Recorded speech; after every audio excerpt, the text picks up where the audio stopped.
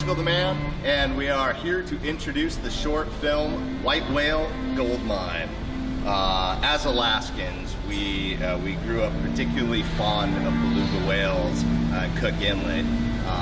John, our singer, used to always tell stories of just how tranquil it is watching in the silty water of Cook Inlet and seeing the pure white whales come up and breach. And man, there's just something so amazing about them. And right now, the Bristol Bay belugas, who actually have a pretty healthy population, are seriously threatened by the prospect of Pebble Mine, and we don't roll with that. Yeah, the entire ecosystem of Pebble Mine is completely jeopardized, or Bristol Bay, in the case of Pebble Mine. We love belugas. We love those whiteheads in the silty water. That's as pure as it gets. So do what we can to save Bristol Bay. Do what we can to do to save the Bristol Bay beluga population.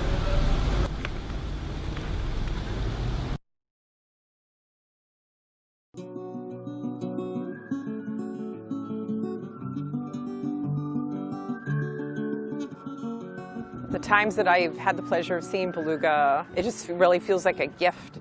Just the slow, beautiful roll. It's just like so peaceful to watch. It's really amazing.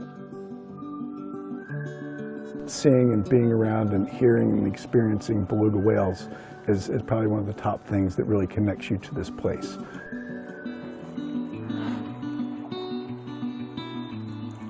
Just seeing such a huge, majestic animal in a river like this, I don't think that many people can say that they've seen something like that. For people that have never seen beluga in the wild, probably have no clue how important the belugas are to us. Cook Inlet is a complex web of life, and it's made up of many threads.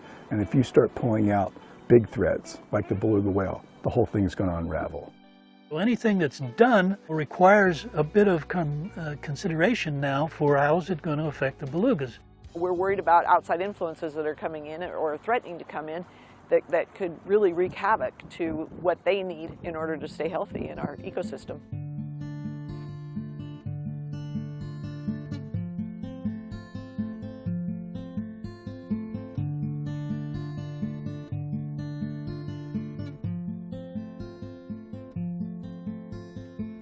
Alaska is special for many reasons, two of which are the beluga populations that live in Bristol Bay and Cook Inlet.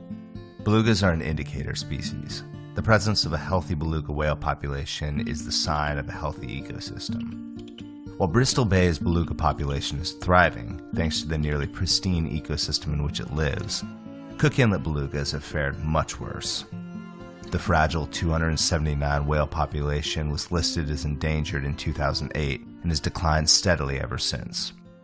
Now, the fates of both groups are tied to Pebble Mine, a proposed gold and copper mine at the headwaters of the Bristol Bay watershed. Pebble Mine is definitely one of the major threats that we have out here right now, and it's probably the scariest to us because it's potentially the largest open pit mine that North America has ever seen. It's a proposed open pit metallic sulfide mine. As they're currently proposing it, it would be over 1.5 miles wide and potentially up to 3 miles wide once they expand. to the headwaters of the Bristol Bay watershed, which is where all of the salmon of all of the lakes and rivers and streams, they meet at this one really unique, sensitive spot up above Lake Iliamna. It's a pretty massive project and requires some pretty intense infrastructure, a 230 megawatt power plant, which is enough to light the city of Fairbanks, and a multi-hundred-mile natural gas pipeline running underground under Cook Inlet. Huge mineral deposit that would have unacceptable adverse impacts to the natural environment and the cultural environment here in Bristol Bay.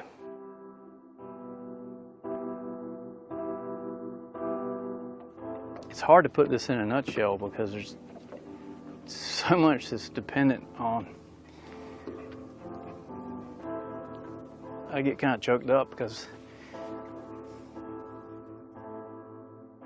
it's tender. It looks strong, but the footprint that Pebble would put out there, it could have a huge impact.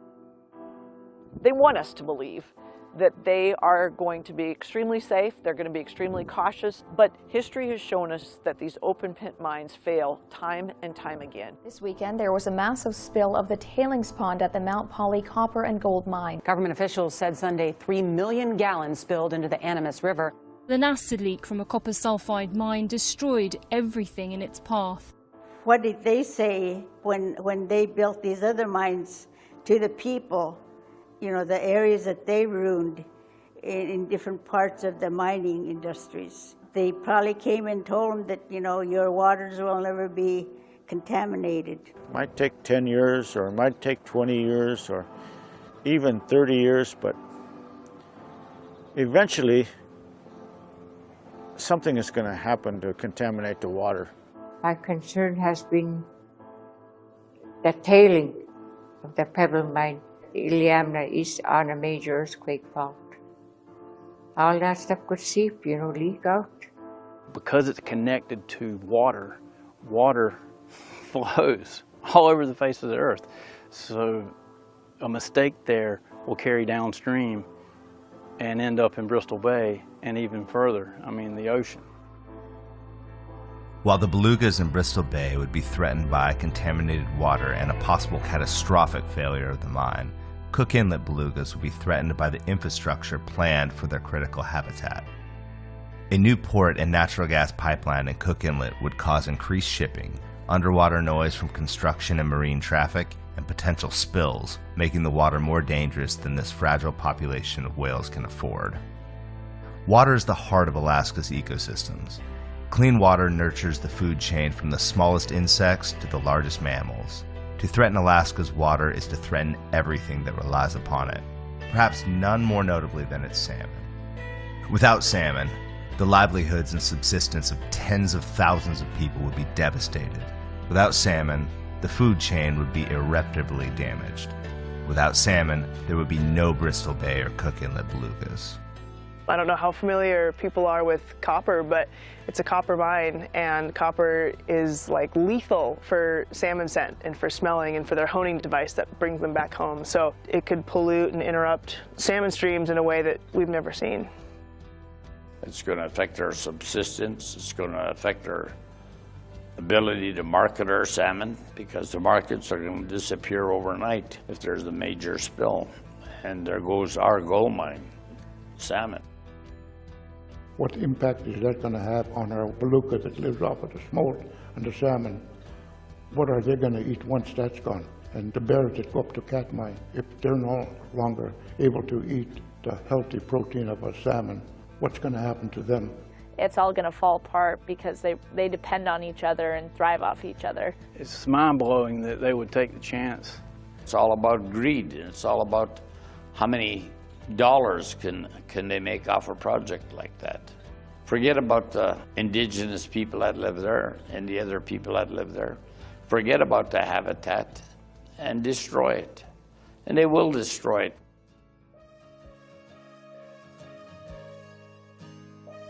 The potentially devastating impacts of Pebble Mine are an existential threat to these beluga whales. For Cook Inlet's endangered belugas to stand a chance at recovery, and for Bristol Bay's belugas to remain strong, the protection of their habitat and food sources must outweigh the empty promise of Pebble Mine. We should all do our part to ensure that what we have is sustainable. We know so little about the Cook Inlet beluga whale. If we want to see this population remain part of our ecosystem for years to come, we need to take a step back. Otherwise, we're going to see the demise of this population just like we've wiped out populations across the globe. So we have a lot at risk.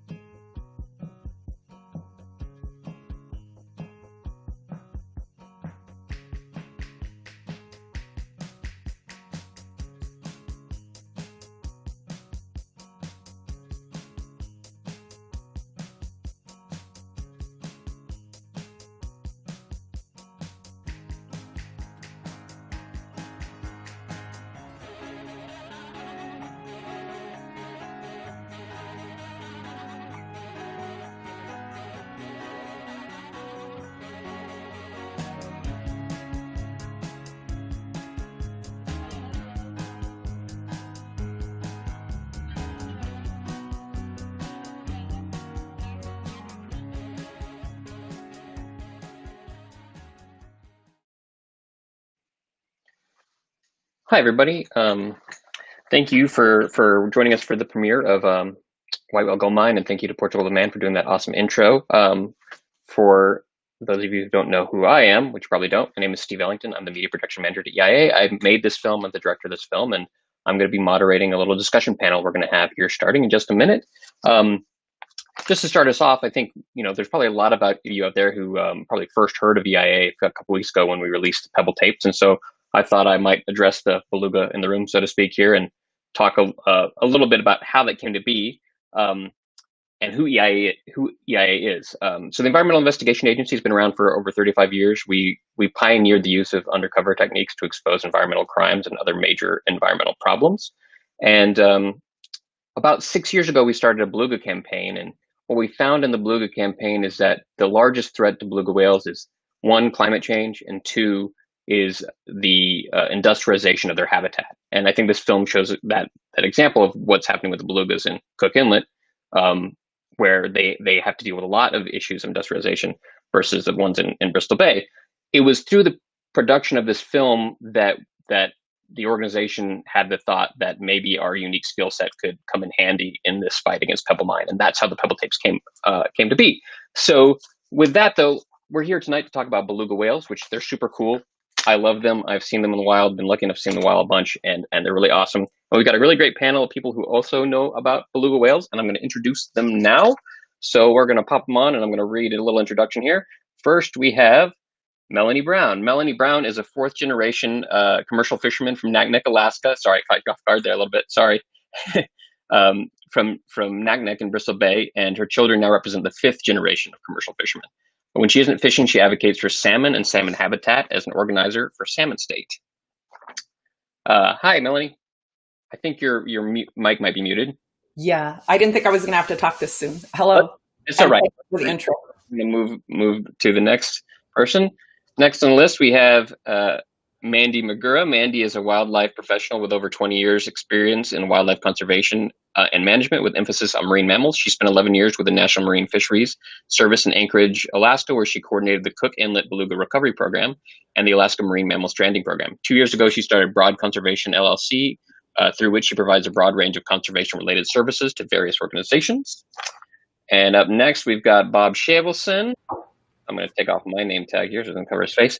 Bob Shavelson has been working on oil, gas, and mining issues in Cook Inlet for the past 25 years. He's the Inlet Keeper and Advocacy Director for Cook Inlet Keeper.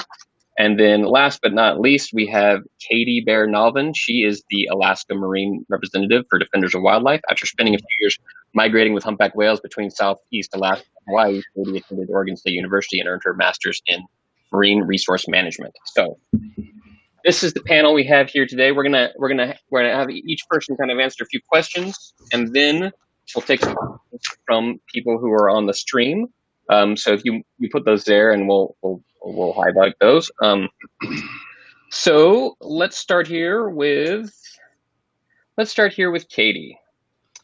Pull Katie up top like that, and make sure everybody knows her name.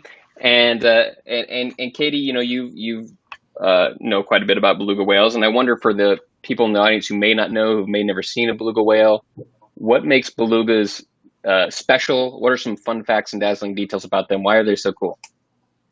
Thanks, Steve. Yeah, great question. And I'm always happy to chat about belugas. Beluga whales are truly amazing animals. They are definitely one of my all-time favorites. They are really, really charismatic with these large, bulbous heads and a face that looks like they're always smiling. Belugas are very social animals and are famous for making all sorts of noises. They squeak and squall and all sorts of sounds.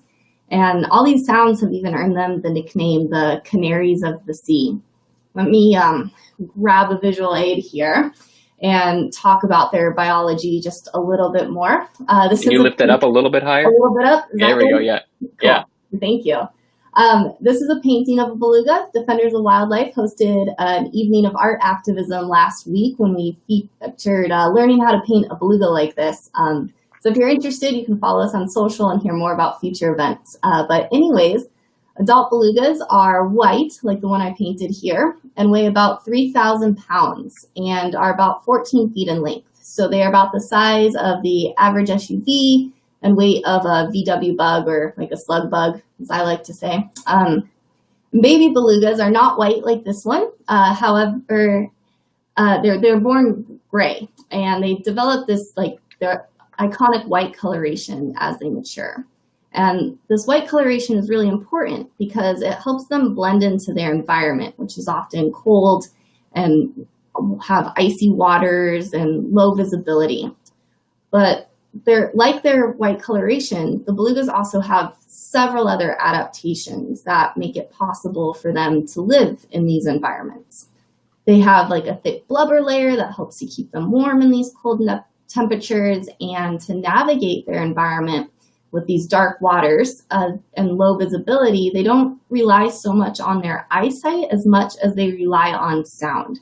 So they have these really advanced echolocation abilities. So similar to how like sonar works, for example, belugas use sound waves to find prey and hunt, communicate, avoid predators.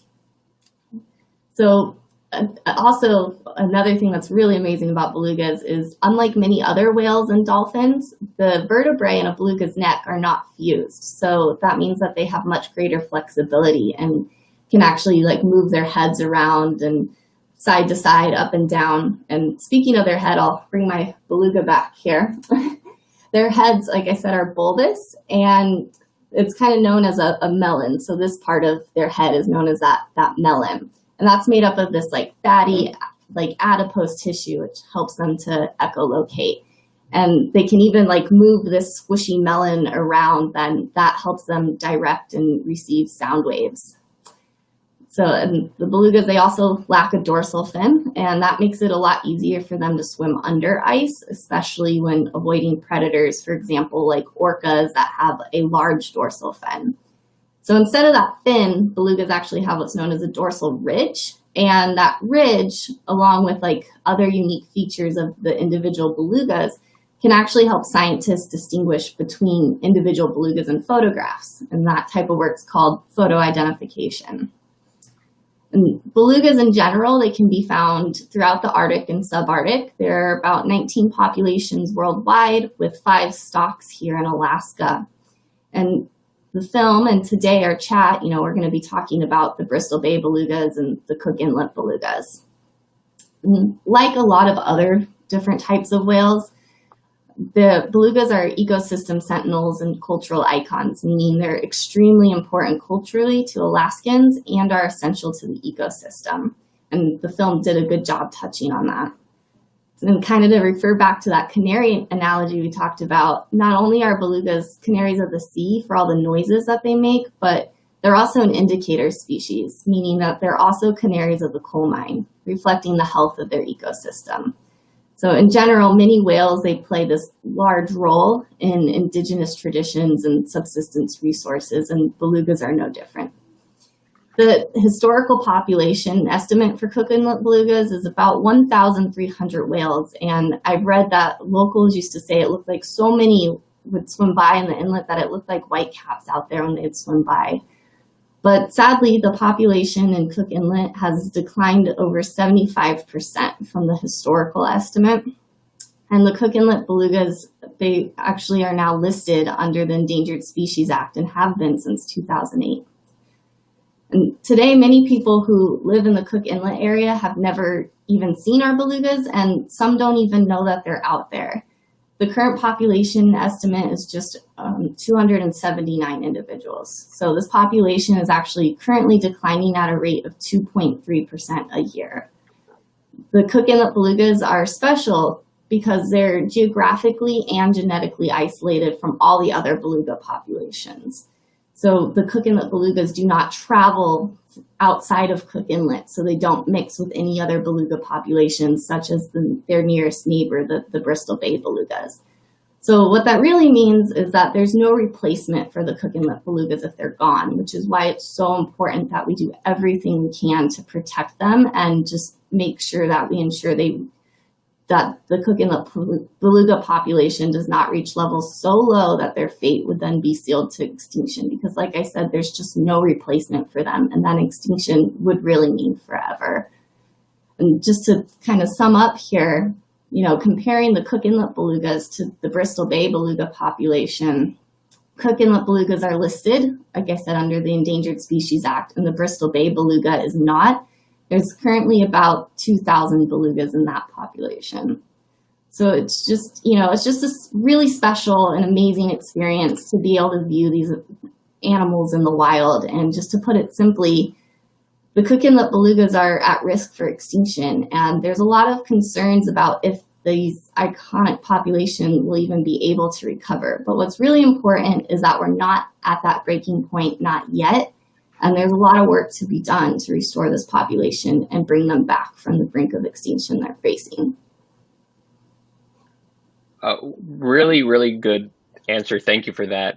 Yeah, I think one thing that sticks out is the canary in the coal mine. We made a little film a couple years ago about the Cook Inlet beluga whale, and it was called Canary in the Coal Mine because of that exactly. And in that film, who you saw in this film, and also in our previous film about Cook Inlet belugas, is Bob Shavelson. I'm going to bring him on now,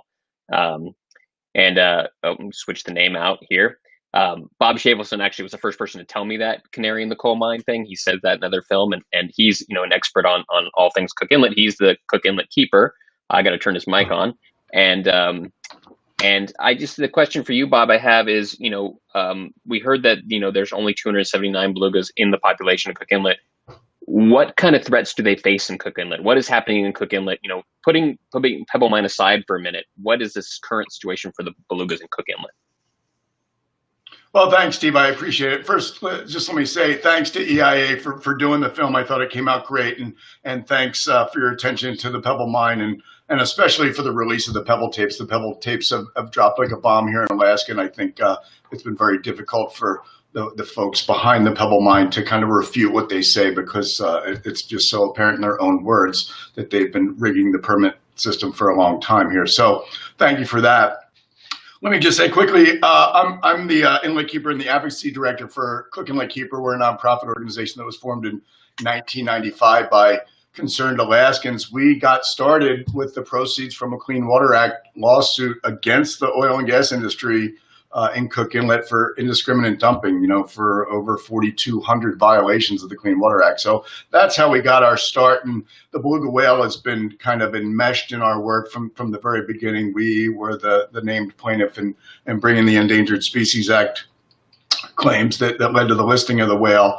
And we've been very concerned that the whale has not recovered because we've allowed so much development and so many things to impact its habitat and the whales themselves. I'm going to try to share a screen if I can. And let me see, it looks like I've got that. Can you see that? Now we can. Okay, great. I'm just going to talk a little bit so folks understand where Cook Inlet is in Alaska. We're in south central Alaska here, and Cook Inlet's a pretty fascinating place. You know, it's a glacial fjord. It was carved by glaciers, over 10,000 years ago. It's in the Pacific Ring of Fire. It's surrounded by 5 active volcanoes.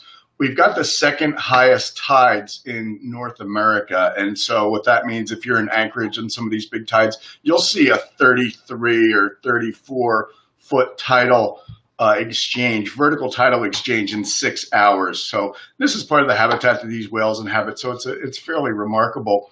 Cook Inlet is also the most populated and fastest growing area in Alaska. So with that comes all the issues that come with human population, and we'll talk a little bit more about those. But as Katie mentioned, it's home to 1 of 5 beluga stocks in Alaska.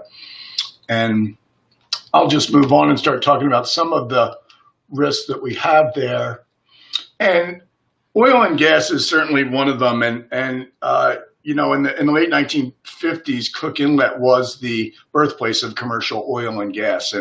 And shortly after that, a lot of this development moved offshore, and it predated a lot of our federal environmental laws. So as a result, today I kind of refer to it as kind of a regulatory backwater. It's kind of the Wild West. There's indiscriminate dumping. We see tankers plying our waters without adequate tugboats and escorts and assists and things like that. But you can see by this image, we've got 17 platforms in Cook Inlet, and Cook Inlet is unique because in all the other coastal regions in the country, the oil and gas industry has to re-inject their waste. They can't dump. But there's an exemption in Cook Inlet, and as a result, the oil industry is able to dump billions, literally billions of gallons of toxic material into prime beluga whale habitat every year. And when I say toxic material, I'm talking about produced waters, which are these oil and gas and metal-laced waters that come up from the reservoir. They're produced with the oil and gas, and then they're dumped into Cook Inlet after some abbreviated treatment. And then you've also got what are called muds and cuttings. These are the things that come up from the drill hole when the companies are drilling. So, it's fairly remarkable that this dumping is going on in prime beluga whale habitat. And there's a permit right now that's up, and it's looking to increase the amount of dumping in Cook Inlet.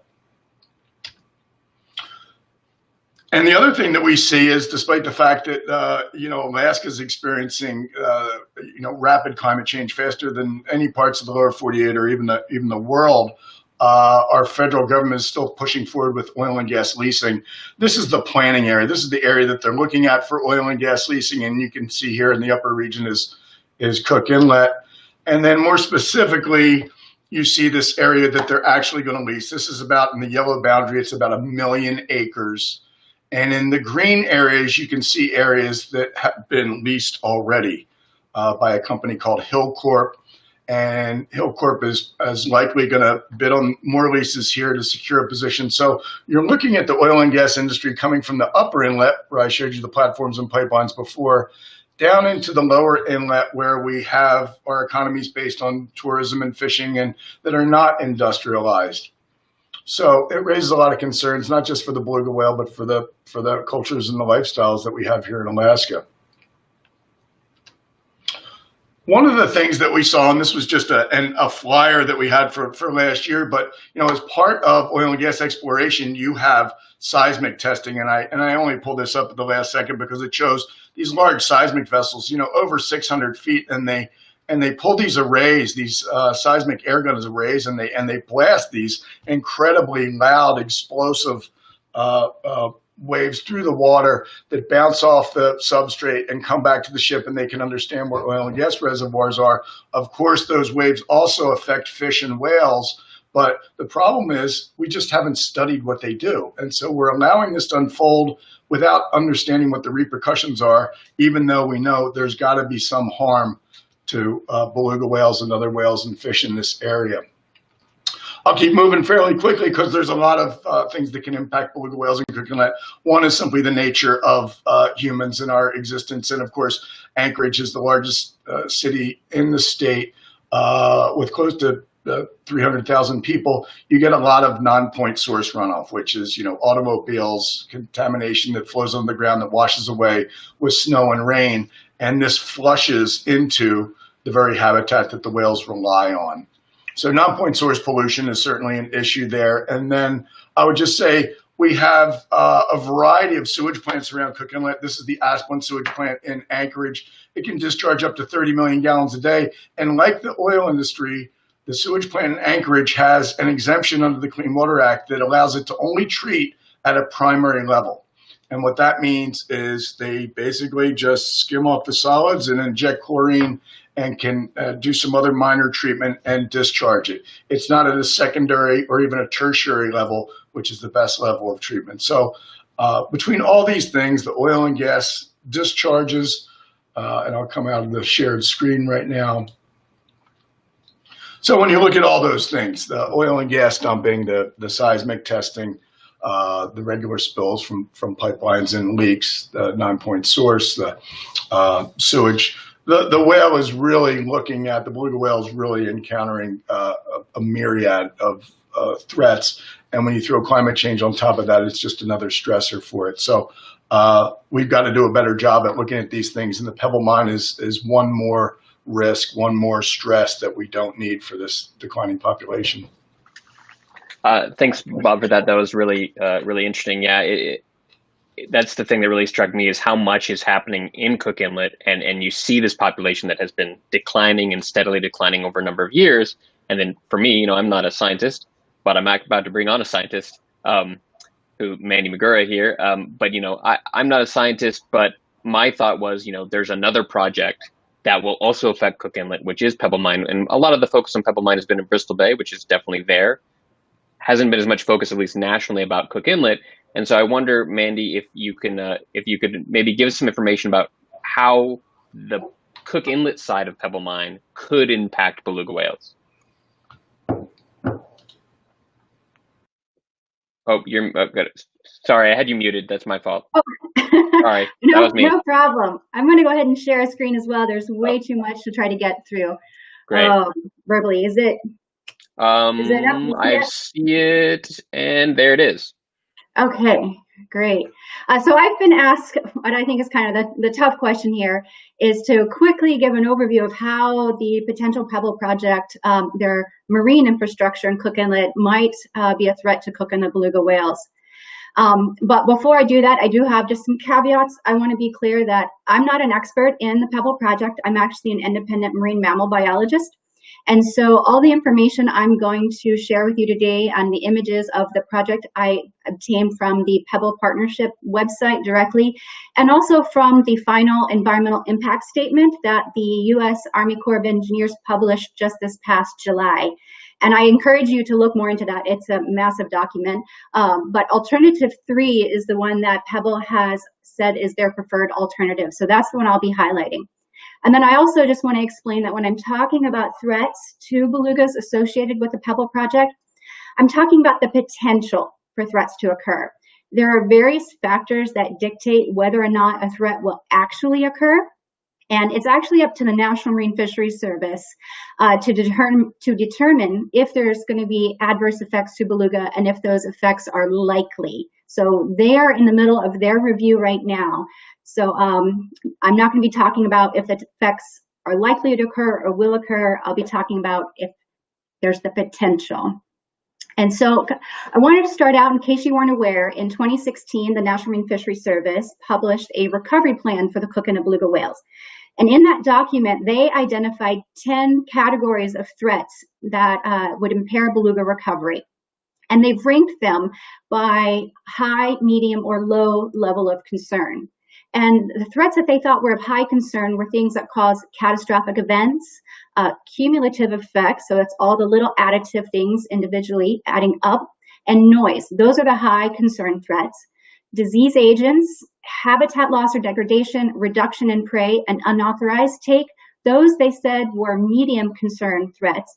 And then pollution, predation, and subsistence hunting were low concern threats. And they did kind of talk about the effect of these different threat categories to belugas, and they ranged from behavioral disturbance to displacement to health and physiological effects, all the way up to mortality. And even some of them have the potential to reduce the carrying capacity of the habitat. And so I'm going to come back to this after I talk about the infrastructure at the end. Just real briefly, we all have heard about, the mine sites. Oops, and some of my animations aren't showing up.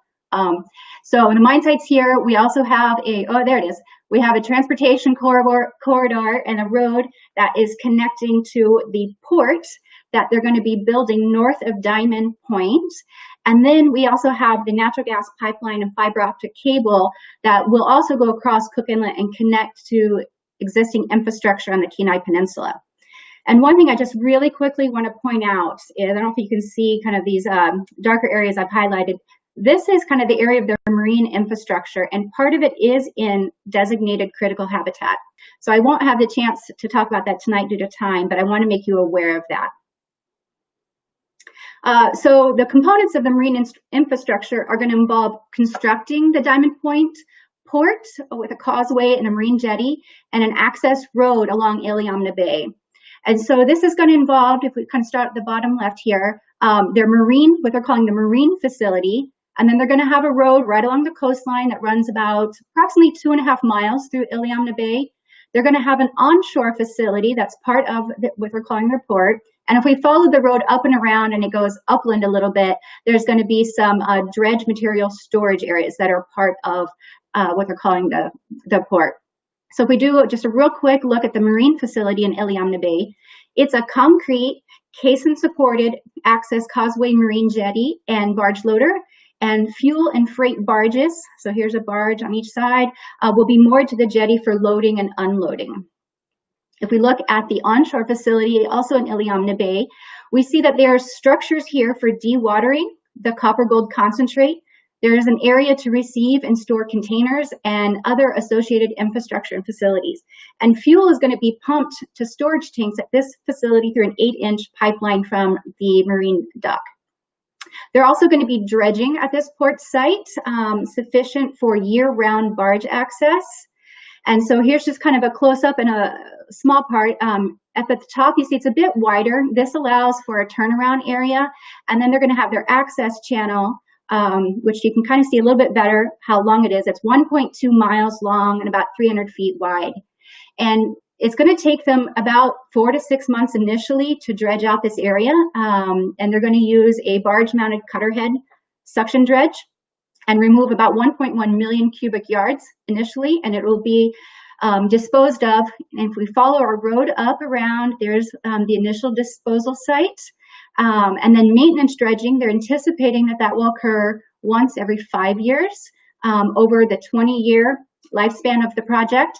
And they have a disposal site for the maintenance dredging there as well. And maintenance dredging, they say, is going to be 3 to 4 weeks at a time.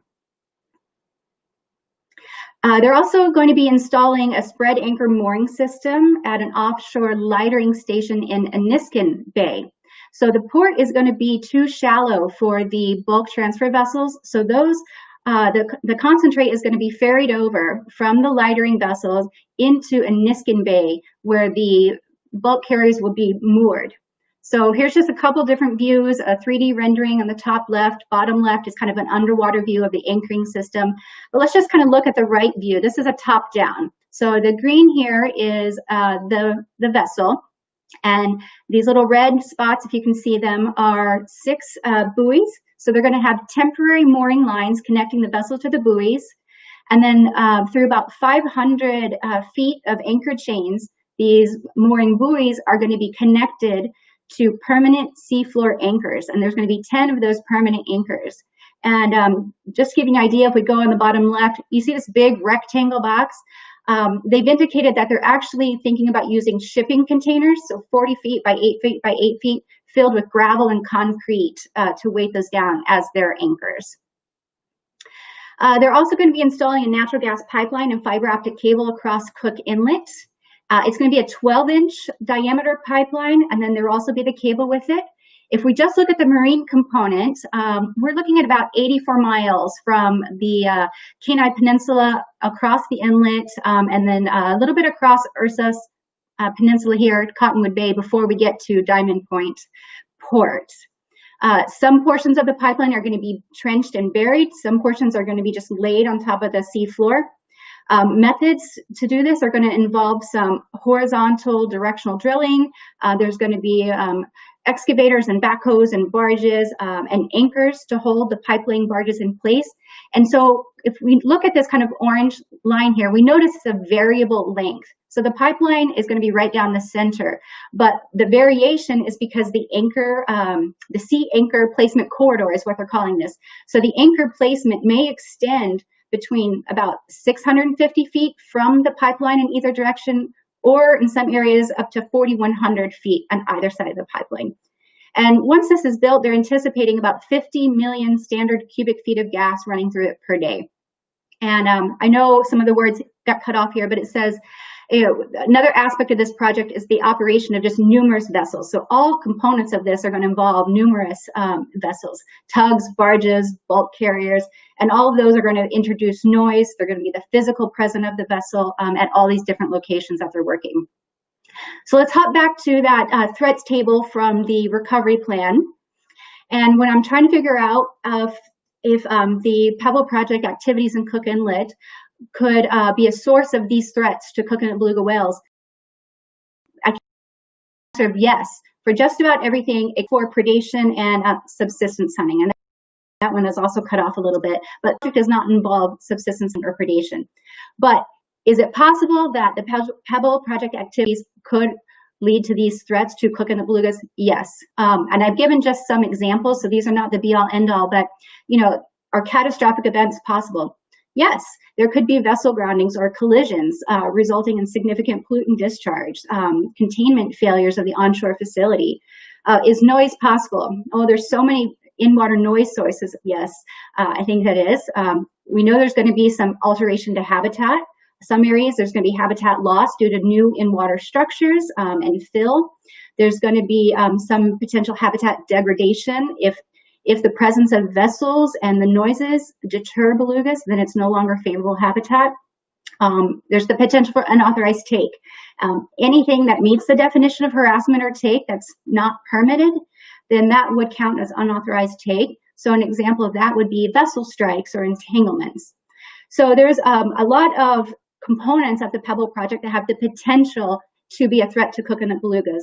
But I do want to remind you that it is the responsibility of the National Marine Fisheries Service to determine whether that threat is likely. And they'll look at things such as, are the belugas present when the activity is occurring? Were effective mitigation measures successfully implemented? Things like that. So I urge everybody to go and actually learn more. This was a really high level overview. And I will go ahead and stop sharing my screen here. And you can learn more about the threats in the Beluga Recovery Plan, and you can learn more about the project by reading the really extensive environmental impact statement available online. Thank you, Mandy. That was really an awesome presentation and really a lot of stuff I didn't know before. I didn't realize there was this other lightering location around the corner that they're planning to move. There's so much movement of the ore, you know. Yes. To me, it seems a little crazy, but I know we have to, like, you know, couch things in science, but to me, the science seems like there is at least a lot of potential for impact to belugas, and you know, that's not to mention other species in the water there. And Exactly. if we go back to Bob's presentation about the current impacts, you know, this is one more big impact in Cook Inlet. Mm-hmm. And that's only one side of the equation here. You know, we've been talking most of the night about Cook Inlet. Part of that's because I happen to know a few more experts in Cook Inlet, but we do have an expert in Bristol Bay here with us. And thank you, Mandy. This is Melanie Brown, as we introduced before, and Melanie Brown is, I got to unmute your mic, I'm sorry. Hi, Melanie. And Melanie is quite the expert on the Bristol Bay side. And so I want to maybe contrast, Melanie, have you contrast the difference between Bristol Bay and Cook Inlet ecosystem-wise, and then how are the belugas doing there, and how would Pebble impact belugas in Bristol Bay? So I feel like Bob and Mandy and Katie, they already, you know, covered the, you know, like the ecosystem of Cook Inlet. So I'm going to focus more on the differences of Bristol Bay. Both water bodies have really big tides. But the main thing that's really different is the fact that Bristol Bay, it's pretty relatively untrammeled. You know, there are few roads. You can't drive there. The only way you can get to Bristol Bay is by flying or by boat. And so it's kept it from the death by 1,000 cuts scenario that Anchorage is, you know, displaying not nearly as much as city centers such as Portland and Seattle that you know, that are associated with the death or the serious decline of the Columbia River. You know, where you know, the salmon that used to run, the wild salmon that used to run in that river, they eclipsed the runs of Bristol Bay at one time. And that wasn't so very long ago. So those places are really good examples of how quickly salmon populations can decline when the environment is not being taken care of. And the Bristol Bay wild salmon run, it really is, it's the last great run of salmon that we have on this earth. And I just, it instills great fear in me, the thought of losing it. Salmon are referred to as a bellwether species. And, you know, my advocacy work is very much focused on salmon. But the thing is, you know, when you look at ecosystem-based view of an ecosystem-based view of things, everything is in relation to each other. And in the case of Bristol Bay, we're actually still living lives where humans are in relation with the world around them and all of the creatures that exist in it and the habitat that supports everything. It's all in relation. And so, as a commercial fisherman, I don't want to see my summer income that helps me support my family dwindle. But the thing that instills the most fear in me is how the way of life of the indigenous people of Bristol Bay would be impacted by this project, as have mining projects, since basically the time of the Roman Empire, when there's a conquering empire that sort of subsumes everybody, in their wake and appropriates their resources and lands. In this case, this would be a perfect example of that old model of divide and conquer and either, like assimilate people and take them away from their connectedness and relation to the land and what the land provides for them. I'd like to just point out that, it's easy to think that the people of Bristol Bay, they're living in poverty level because their bank accounts aren't flush. But the thing is, all that the people of Bristol Bay have to access in a complete ecosystem, that's what makes them rich. And that to me is true wealth. I'm really grateful that I've been instilled with values from my family and from my life experiences that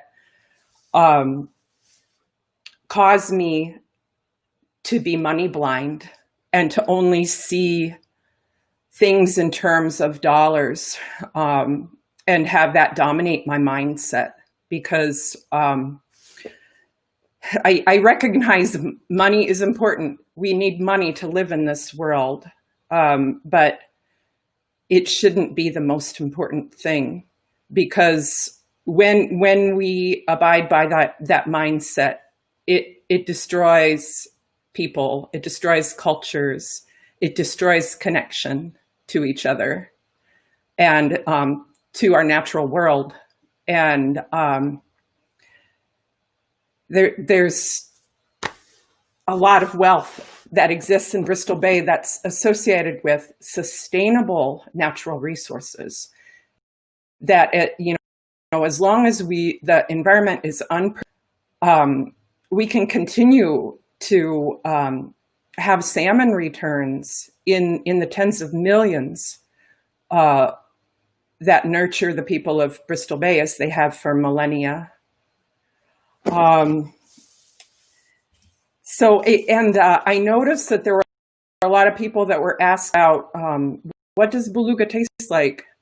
Well, it depends on if you cook it or if you eat it raw. If you eat it raw, it has a nice, clean, nutty flavor to it, and it's so full of fat that you almost immediately feel your body start to glow. It's incredibly nourishing for people who live in cold environments. And I know not nearly as many people hunt belugas as they used to, but I feel very fortunate that I've been able to experience what muktuk tastes like. And whenever I have access to it, I really enjoy it. When you do cook it, it does kind of take on somewhat of a fishy taste, but it's still very enjoyable. I don't know if you have any more questions for me now, or if it's time to just go into Q&A. Oh, I can't hear you, Steve. Thank you. You can't have a live event these days without some kind of mute failures. That's a common thing. No. Thank you for that, Melanie. It's really interesting. I think bringing up the cultural aspect of belugas is really interesting. I think that's something a lot of people don't think about. Because from my understanding, it's not as a major resource in Bristol Bay as it is further up in the Arctic. But losing that is not only losing losing this animal, but it's losing a piece of people's culture as well. I don't know if you agree with that. Yes, I believe any part of the food web that's lost, there is a lot of the connected and interrelatedness that I was referring to that's lost as well, because there's so much of a strong culture of sharing associated with native foods and native people. Thank you very much. I think with that, we're going to turn everybody else back on here. That was really awesome, Melanie. Got everyone on screen, which is kind of fun. I think we'll open up to questions from the audience, but in the meantime, and maybe we can just jump in here. We've got maybe like 10-ish minutes left. I saw my first beluga about 3 years ago, and it really kind of blew my mind. I'm from mostly California. I live in Washington, D.C. now. Seeing a whale like when you're driving down the road is like pretty amazing, especially it's a critically endangered species in Cook Inlet. And it's like, how often can you drive down the road and see a critically endangered species? So I wonder, everyone here has a lot more experience. I wonder if anybody's got a really cool beluga story they'd like to tell. Feel free to just jump in and then we'll maybe take some questions from the audience. I'll go first. Great. So last summer, the Alaska Seafood Marketing Institute, they hosted a media tour, and they chose to bring their different media people into Naknek and show them around. And they wanted to have the opportunity to bring them out to the fishing grounds. And the season had just gotten underway, and by then we'd a couple of tides.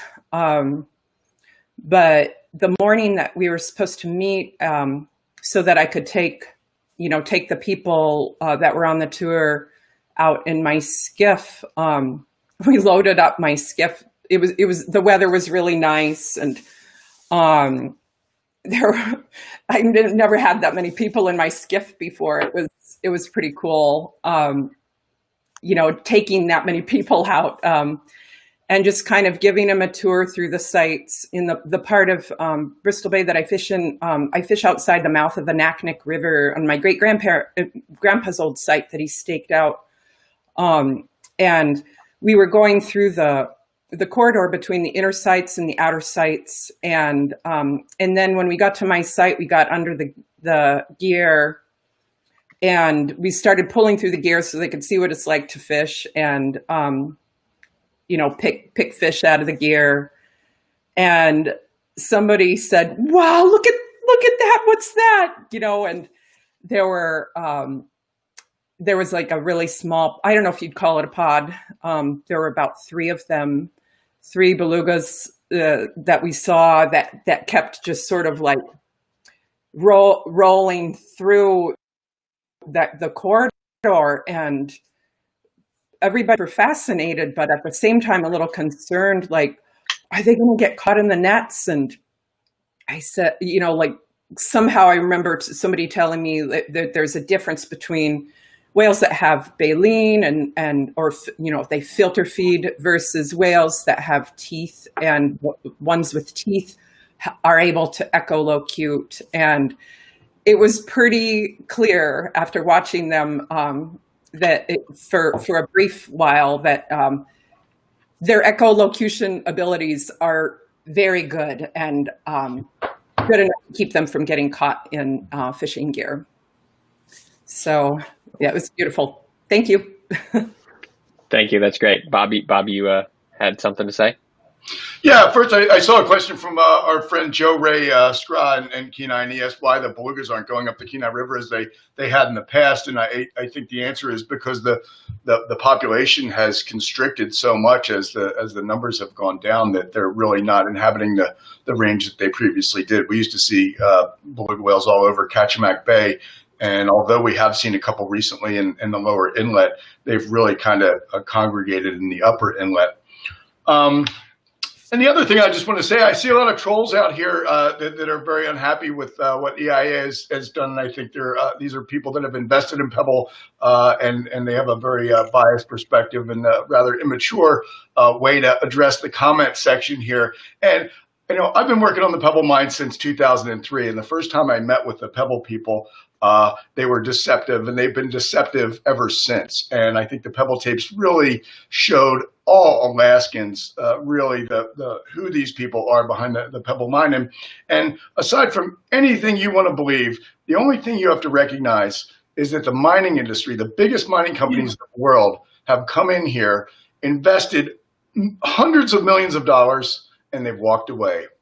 They've walked away because they know this project is a dog. They know it's not financially viable, and they know they don't have social license from the Alaskans that live here. So to all those folks that are out there trying to troll this thing, just know those are the facts, and whatever you say is not going to change that. So that's what I had to say. Thank you. Thanks, Bob.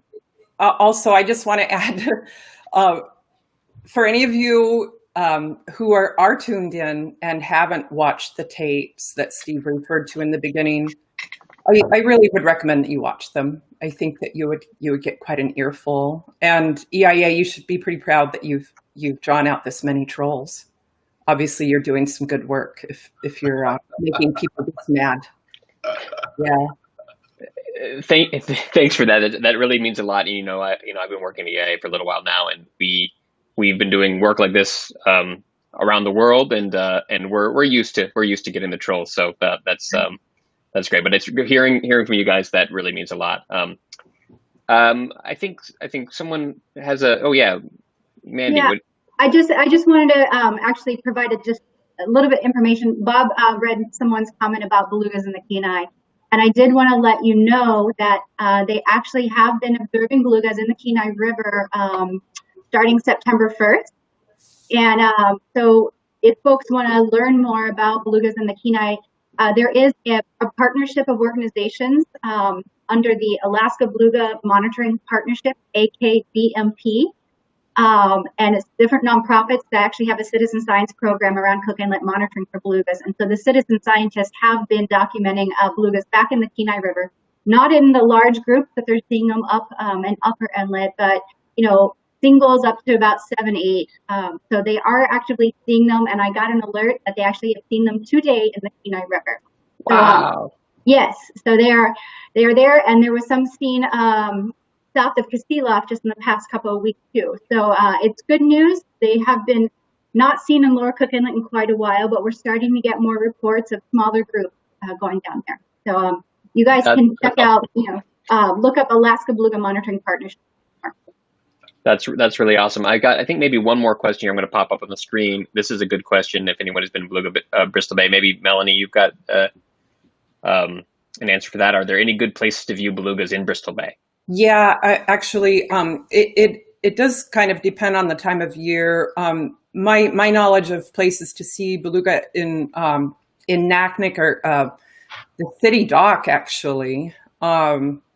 It's the city dock is just above milepost 1, and it's really nice because the dock puts you at a good vantage point to be sort of like, if you walk to the edge of the dock, you're kind of thrust out into the river if the tide is high enough. And in my experience, I've seen beluga whales like in my very early fishing season.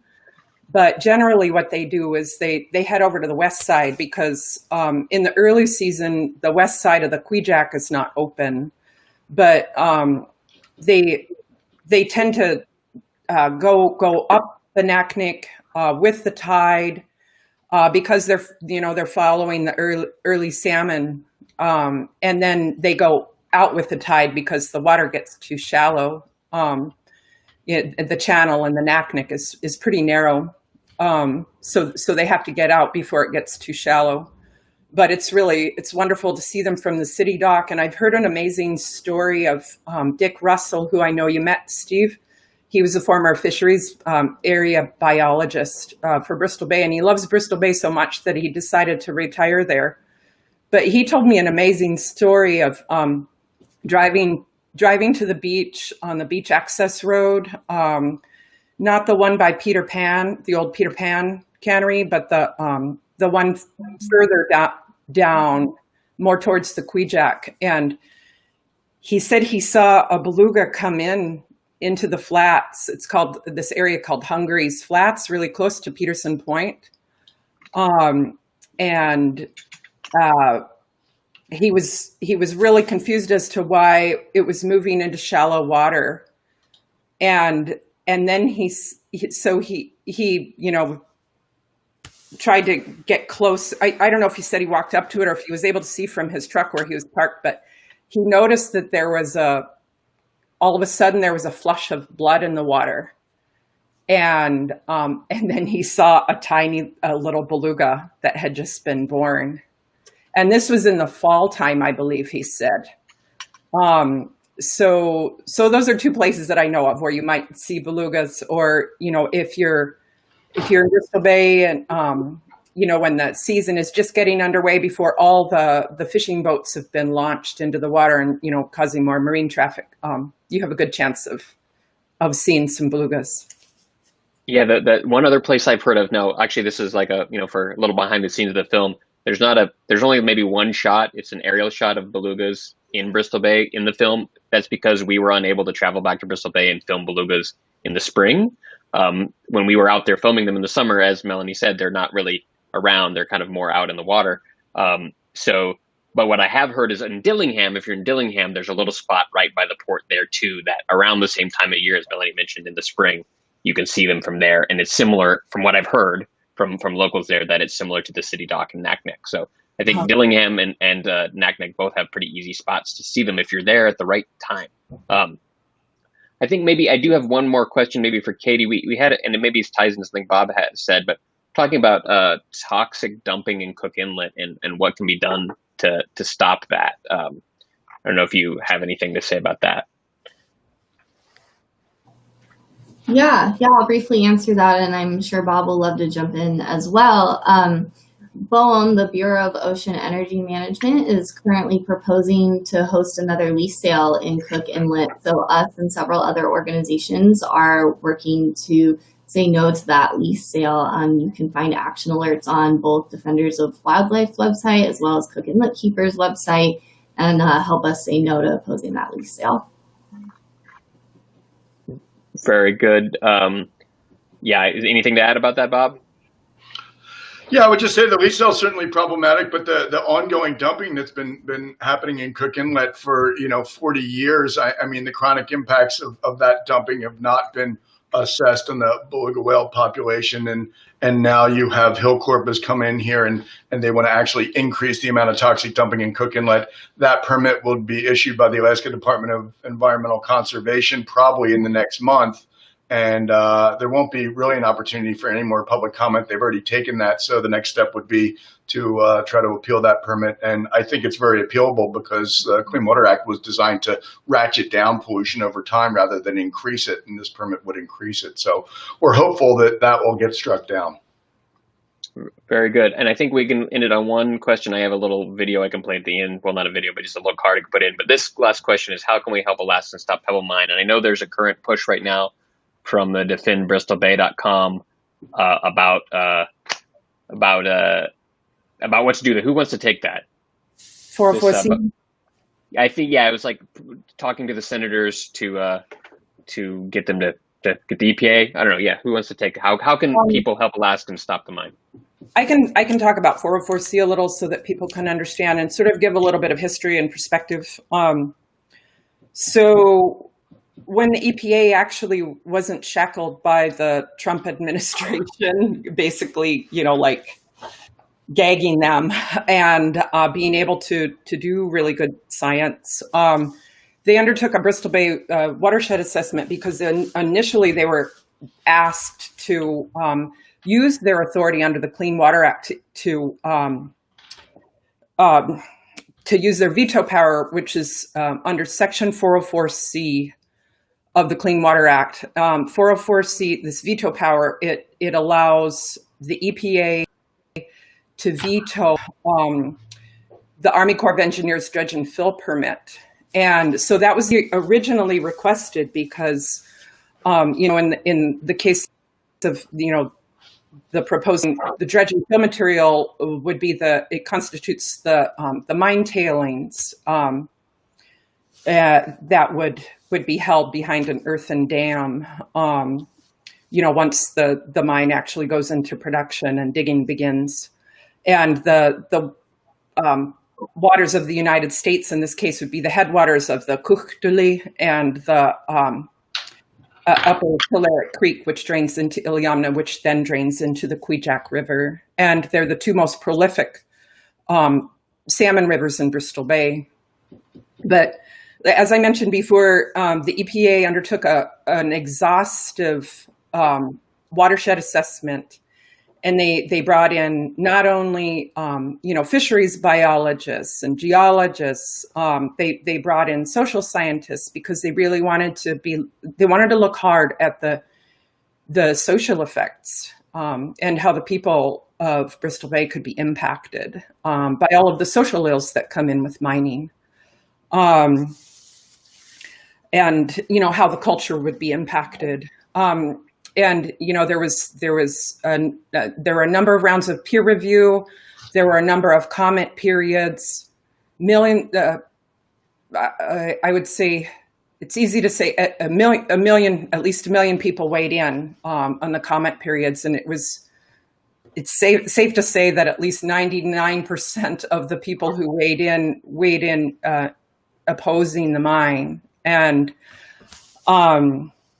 So as the Bristol Bay watershed assessment culminated, and there was a proposed determination that was released, it was evident that EPA was about to use their authority under 404C to prevent the dredge and fill permit from being granted by the U.S. Army Corps of Engineers.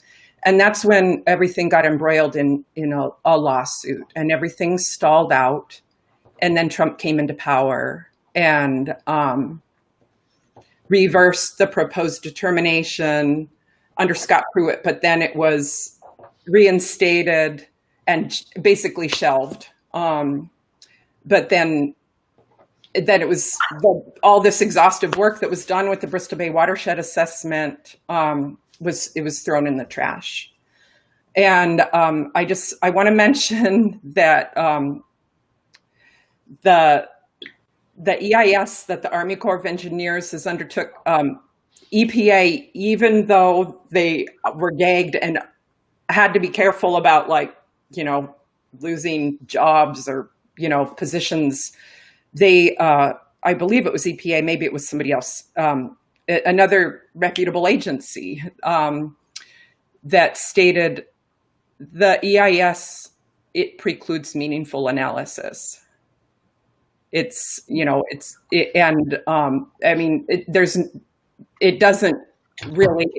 sound science in it. And it's a shame that the Bristol Bay watershed assessment was thrown out. But now we have the opportunity to urge the EPA, if they ever release their shackles from the Trump administration, they can use that authority as long as they aren't controlled from above. So sorry, that was kind of a long explanation, but we're really hanging a lot of hope on this power that EPA still has under the Clean Water Act. Yeah, Bob, I think you wanted to jump in there. as well? Yeah, I would just say, thanks, Melanie, for that. Certainly the whole process has been politicized, and if it wasn't for a tweet from Donald Trump Jr. and the fact that Tucker Carlson had this opposing view of Pebble on Fox News, we might be in a very different place. But those are great. Those people realize that Pebble's the wrong mine in the wrong place. But what the Pebble tapes really reveal is just how desperate Pebble was. When you see Tom Collier and Ron Thiessen going in without non-disclosure agreements and freely talking about how they own our governor, how they own our senators, how they've rigged the process, how they have a direct shot into the White House, these are desperate people. And if you look at the history of Pebble, they've been asked time and again, can you provide an economic feasibility analysis to show us that you have a real project? And time and again, Pebble can't show that. And the reason is because financially, this project is underwater. They cannot build this project and run it for a profit. There's a lot of people out here that have gold dust in their eyes and they've invested and they think that, this is all a bunch of nonsense. But if you look at the facts, the reason that no large investors are coming into Pebble is because they know this project's a dog. So our senators are opposed to it. After the Pebble tapes came out, Senator Dan Sullivan came out flat out against Pebble. Lisa Murkowski's against it too. So, the project's on life support, and it really is a disservice to Alaskans to keep wasting our time with it. We should put it to bed. We should say that the headwaters of Bristol Bay are too important. We shouldn't dig a giant hole at the headwaters of the richest sockeye salmon run in the world, and we should move on. Thanks, Bob. I think, Katie, you might have one little thing here to wrap us up. Yeah, thank you so much, Bob and Melanie, for sharing all of that. And thank you, everyone, for putting this on and attending this event. I just wanted to say one last little thing about just how important it is to use your voices and help us in this fight. Like Bob just mentioned, our senators are opposed to this. They have come out publicly and said they are opposed to the mine. And now it's time to really push them to make that action stick and help pressure the EPA to veto Pebble Mine on the basis of science and it not being great for the environment. So with that, again, I'd like to just say thank you and just remind everybody how important it is to use your voice in these very important issues. That really sums it up well. I wanna thank everybody for joining me tonight. This has been a really great conversation. I really enjoyed it. I learned a lot of new things, even though I've been kind of thinking about belugas for a long time. And thank you everyone for watching the film. And just so you know, the film will be online shortly after this is up. It'll be on our website. You'll see it on social media. Everyone can watch it. Thank you to the guys from Portugal Man, Zachary specifically for his voiceover. He did a really awesome job as a voiceover artist. And yeah, just thank everyone for joining us tonight. Mandy, Bob, Katie, Melanie, thanks so much. And I will end here by just popping up this on screen. Well, I'll say goodbye and then I'll put that on screen. Bye, everybody.